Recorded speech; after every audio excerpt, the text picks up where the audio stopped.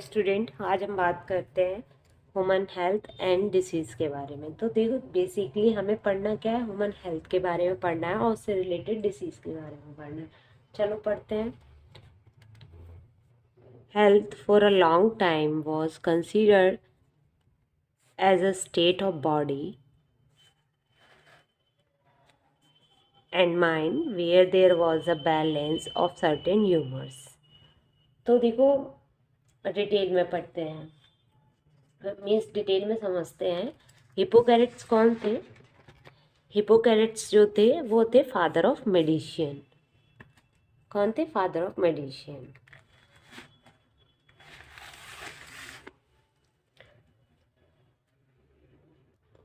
तो इन्होंने सजेस्ट किया था कि हमारी बॉडी में कुछ इम्पोर्टेंट बॉडी फ्रूट्स होते हैं जिसको बोलते हैं हम ह्यूमर्स। जो ह्यूमर्स होते हैं वो फ्रूट्स होते हैं। और फ्रूट्स कितने होते हैं? वो फ्रूट्स 4 टाइप्स के होते हैं। First is blood, second is yellow while, third is flame and fourth one is black while. Blood के बारे में तो सभी जानते हैं। अब हम बात कर लेते हैं येलो वाइल के बारे में। इन सब फ्रूट्स को मिलाकर बोला जाता है ह्यूमर्स। तो हिपोक्रेट्स का मानना था कि जिस पर्सन में ये जितने भी बॉडी फ्रूट्स पाए जाते हैं उनको क्या कहते हैं? ह्यूमर्स। इन फ्रूट्स में अगर बैलेंस बना रहेगा तो वो पर्सन कैसा होगा? हेल्दी। और अगर इस बैलेंस में कुछ भी चेंज आता है तो पर्सन क्या हो जाएगा? अनहेल्दी। तो थोड़ा इसके बारे में समझ लेते हैं। देखो, ब्लड तो आप लोगों को पता ही है ब्लड क्या है। अब बात करते हैं हम येलो वाइल की। येलो वाइल से समझते हैं। येलो वाइल जो होता है वो बेसिकली ऐसा बिलीव किया जाता है वो लिवर से बनता है। और इसकी एक्सेस ज़्यादा हो जाए तो किसी पर्सन में, तो उस पर्सन को क्या आता है? एंगर, मीन्स उसे गुस्सा आता है। इसके बाद आता है फ्लेगिंग। फ्लेगिंग कहाँ से प्रोड्यूस होता है? फ्लेगिंग जो होता है वो ऐसा माना जाता था कि वो है रेस्पिरेटरी सिस्टम से प्रोड्यूस होता है। आप फ्लेगिंग को हिंदी में क्या कहते हैं? बलगम। तो देखो, अगर हम फ्लेगिंग की एक्सेस, हमारे शरीर में फ्लेगिंग की एक्सेस हो जाए तो क्या हो जाता है? रेस्पिरेटरी सिस्टम जो है वो ब्लॉक हो जाता है। उससे क्या होगा? तो हम सांस लेने में हमें दिक्कत होगी, ठीक है। उसके बाद लास्ट वन आता है ब्लैक वाइल। ब्लैक वाइल क्या होता है? ऐसा माना जाता था कि ब्लैक वाइल कहाँ से सीक्रेट होता है? वह किडनी और स्प्लीन से। किडनी या स्प्लीन जो है वहाँ से सीक्रेट होता है। यहाँ पर अगर अगर इसकी भी एक्सेस हो जाए तो कंडीशन कौन सी होती है? उसे कहते हैं हम मेलाकोली। क्या कहते हैं? मेलाकोली। तो मेलाकोली से क्या होता है? बेसिकली मतलब होता है डिप्रेशन या सैडनेस। और इसके अलावा ब्लैक बाइल ज़्यादा हो जाता है तो वो किसके लिए रिस्पॉन्सिबल होता है? वो फीवर के लिए। देखो, हमने यहाँ क्या देखा? ह्यूमर्स में जब भी कोई इनबैलेंस होता है तो उससे क्या होता है? डिसीज़ वाली कंडीशन हो जाती है। अब बात करते हैं। This is what early Greek like Hippocrates as well as Indian Ayurvedic system of medicine asserted। देखो, एसर्टेट का मतलब होता है स्ट्रांगली बिलीव। तो यह जो थ्योरी थी इस पर स्ट्रांगली बिलीव करते थे कौन? ग्रीक, जैसे कि हिपोक्रेट्स, ठीक है। उसके अलावा इंडियन आयुर्वेदिक सिस्टम था जो कि वो भी इस थ्योरी पर बिलीव करता था। Okay, it was the term health is very frequently used by everybody। तो देखो, हेल्थ टर्म का यूज़ हम कई बार करते हैं। How we how do we define it? Health does not simply mean absence of disease or physical fitness। तो देखो, हेल्थ का इतना मतलब नहीं होता अगर कोई पर्सन फिजिकली फिट है और तो उसे हेल्दी बोल दें। अगर कोई भी बीमारी नहीं है तो हेल्दी बोल दें। इतने सिंपल तरीके से हम हेल्थ को डिफाइन नहीं कर सकते। It could be defined as a state of complete physical, mental and social well being. तो देखो, हम किसी पर्सन को बोल रहे हैं ये हेल्दी है, इसका मतलब वो फिज़िकली फ़िट होना चाहिए, मेंटली फ़िट होना चाहिए, मतलब उसकी मेंटल हेल्थ है जो सही रहनी चाहिए। क्योंकि हमने पढ़ा था अभी अभी कि अगर हमारी मेंटल हेल्थ सही ठीक होगी तो तभी इम्यूनो सिस्टम वीक हो जाता है, जिससे बहुत सारी बीमारी होने के चांसेस बढ़ जाते हैं। सोशल वेलबींग का मतलब है कि वो इंसानों से मिलता हो, काफ़ी बातें करता हो, अकेले ना रहता हो, सीधी बात। ठीक है। तो हेल्दी पर्सन कौन हुआ? जो फिजिकली और मेंटली सोशल वेल बीइंग होगा। Okay. When people are healthy they are more efficient at work. अब देखो, कोई भी हेल्दी पर्सन होगा तो वह अपने काम को बहुत अच्छे से तो वह अपने काम को बहुत अच्छे से कर पाएगा। अब अपने काम को अच्छे से कर पाएगा तो उससे क्या होगा?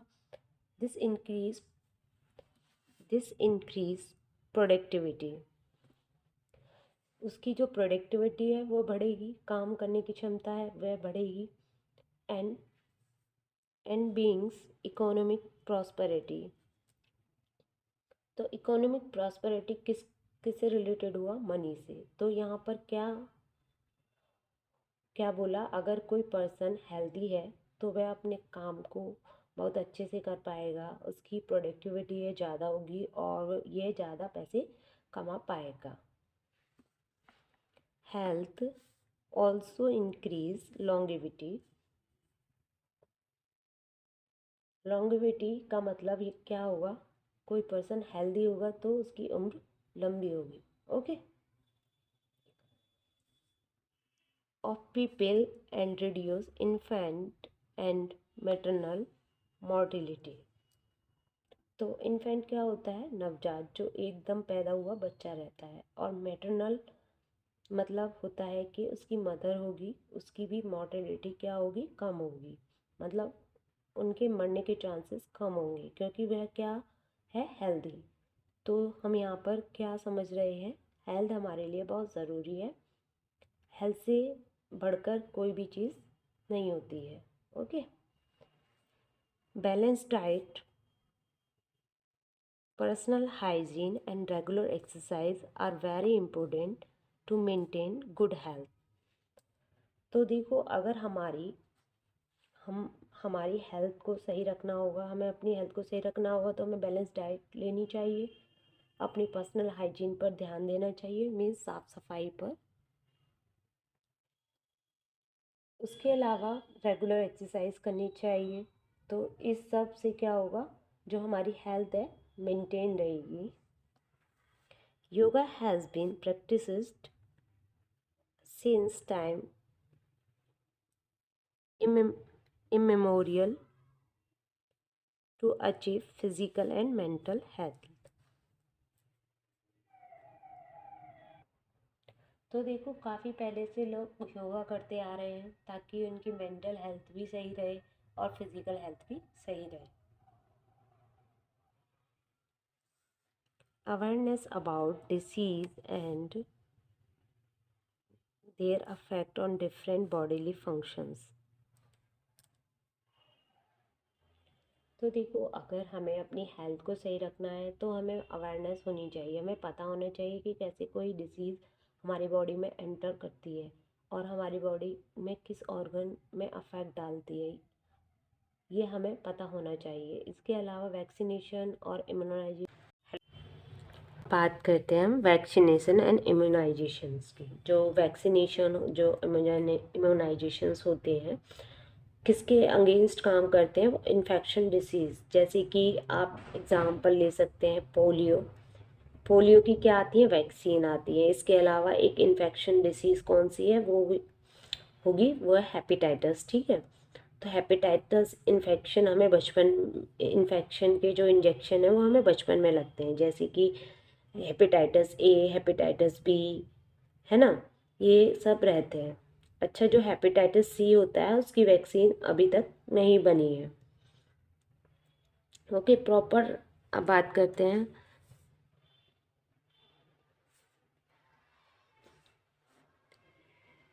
Proper disposal of wastage. तो देखो, जो भी वेस्टेज रहता है उसका प्रॉपर डिस्पोजल करना, या जैसे इसमें क्या कर सकते हैं, बेसिकली टॉयलेट का इस्तेमाल कर सकते हैं, हमें खुले में या हमें नहीं जाना चाहिए, हमें टॉयलेट का इस्तेमाल करना चाहिए, ये गवर्नमेंट हमें बताती है, ताकि डिसीज़ जो है वो फैलना कंट्रोल मीन्स जो फैलती है वो बंद हो जाए। Control of vectors. तो वेक्टर क्या होते हैं, देखो बेसिकली पहले हमें समझना है पैथोजन क्या होते हैं। पैथोजेंस होते हैं डिसीज कॉजिंग ऑर्गेनिज्म।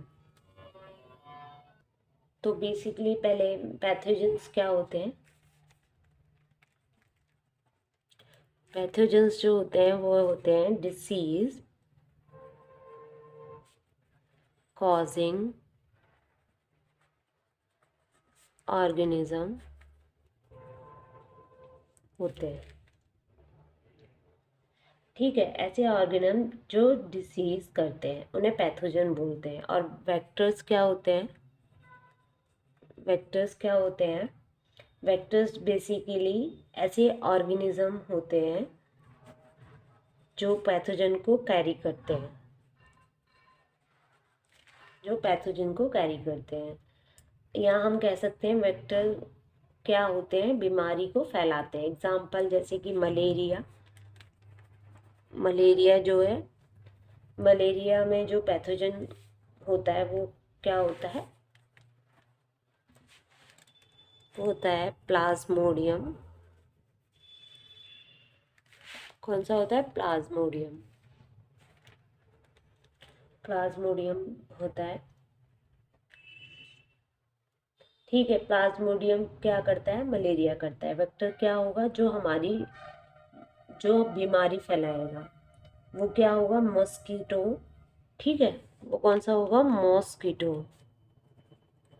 वो क्या होते हैं, मॉस्किटोज होते हैं, जो कि फीमेल एनाफ्लीज मॉस्किटो। तो बेसिकली ये डिफरेंट होता है पैथोजन और वेक्टर में। कंट्रोल ऑफ वेक्टर्स, तो अगर हम वेक्टर को कंट्रोल कंट्रोल उससे क्या होगा, अगर हम वेक्टर को कंट्रोल कर लें तो उससे क्या होगा, बीमारियां नहीं फैलेंगी। जैसे डेंगू रहता है, डेंगू के लिए मॉस्किटो रहता है, उसका नाम क्या है, Aedes mosquito.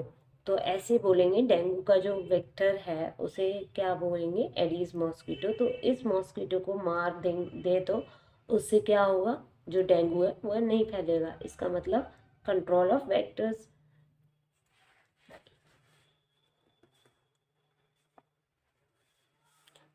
And maintenance of hygiene, food and water resources are necessary for achieving good health।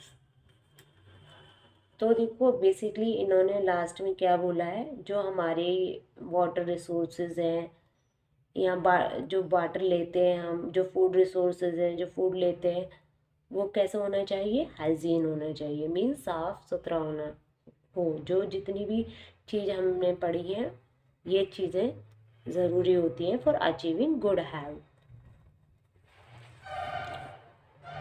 When the functioning of one or more organ or system of the body is adversely affected।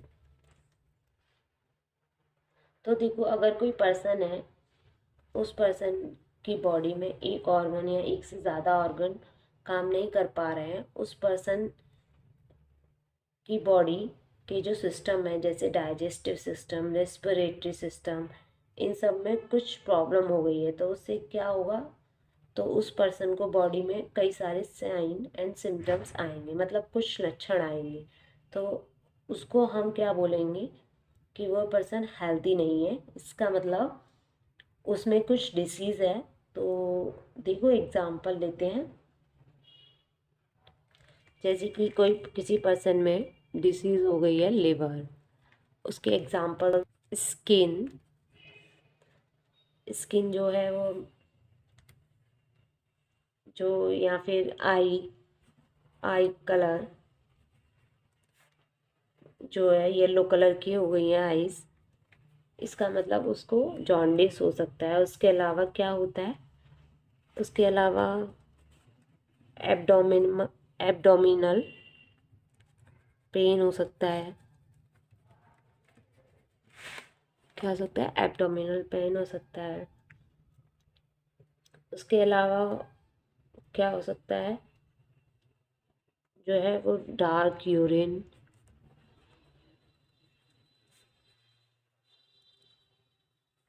Dark urine colour हो सकता है। और क्या हो सकता है इसके अलावा, उनके इसके अलावा स्वेलिंग इन लेग्स।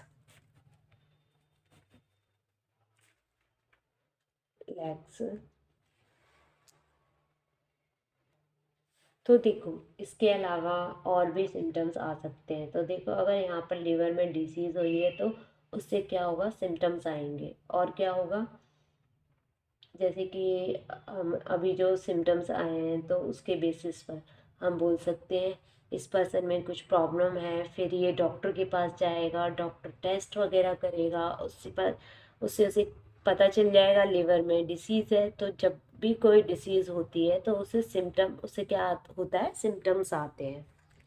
ठीक है, अभी बात की थी ना मैं, characterised by various sign and symptom. We say that we are not healthy, that is we have a disease can be broadly grouped into infectious and non infections। तो disease जो है, अब देखो डिसीज़ बेसिकली दो type की होती हैं, एक होती है इन्फेक्शनियस डिसीज़ और एक होती है non infectious disease. Disease which are easily transmitted from one person to another are called infectious disease। तो देखो कोई बीमारी है, एक पर्सन से दूसरे पर्सन में आसानी से फैल जाती है, उस बीमारी को बोला जाता है infectious disease. Infections disease are very common and everyone of us suffer from these at some time or other। तो देखो इन्फेक्शन डिसीज क्या होती है, वो बहुत कॉमन होती है। एग्जाम्पल आप ले सकते हैं सर्दी जुकाम, तो कभी ना कभी ये इन्फेक्शनस डिसीज हुई है। Some of the infections disease like AIDS are fatal. तो देखो कुछ इन्फेक्शंस डिसीज होती है जैसे कि एड्स क्या होती है, फेटल होती है, इससे क्या होता है, हमारी जान जाती है। अमंग नॉन इन्फेक्शनियस डिसीज, जो इन्फेक्शंस डिसीज होती है वो कैसी होती है, नॉन इन्फेक्शंस डिसीज जो होती है वो कौन सी होती है, एक पर्सन से दूसरे पर्सन में नहीं फैलती है। जैसे कि आपका क्या हो गया, ब्लड प्रेशर हो गया। ब्लड प्रेशर क्या है, ऐसी छूने से तो फैलता नहीं है, तो ये बीमारी कैसी हो गई, non infectious. Cancer is the major cause of death. इसके अलावा कैंसर भी नॉन इन्फेक्शनियस हो गया, एक पर्सन से दूसरे पर्सन में नहीं फैलता है। कैंसर एक ऐसी इन्फेक्शनियस मीन्स नॉन इन्फेक्शनियस डिसीज़ है जिसकी वजह से काफ़ी डेथ होती है। और यहाँ पर दूसरा क्या है कि drug and alcohol abuse also affect our health adversely. तो ड्रग और अल्कोहल होती है, उससे तो हमारी हेल्थ बहुत ज़्यादा ख़राब होती ही है। ठीक है, बात करते हैं अल्कोहल। तो अल्कोहल जो इंसान बहुत ज़्यादा पीता है उससे क्या बीमारी हो जाती है, सीरोसिस ऑफ लिवर। उससे क्या होता है, लिवर ख़राब हो जाता है और फिर उसकी डेथ हो जाती है। तो ये सारी चीज़ क्या है, गलत है और ख़राब है। ओके।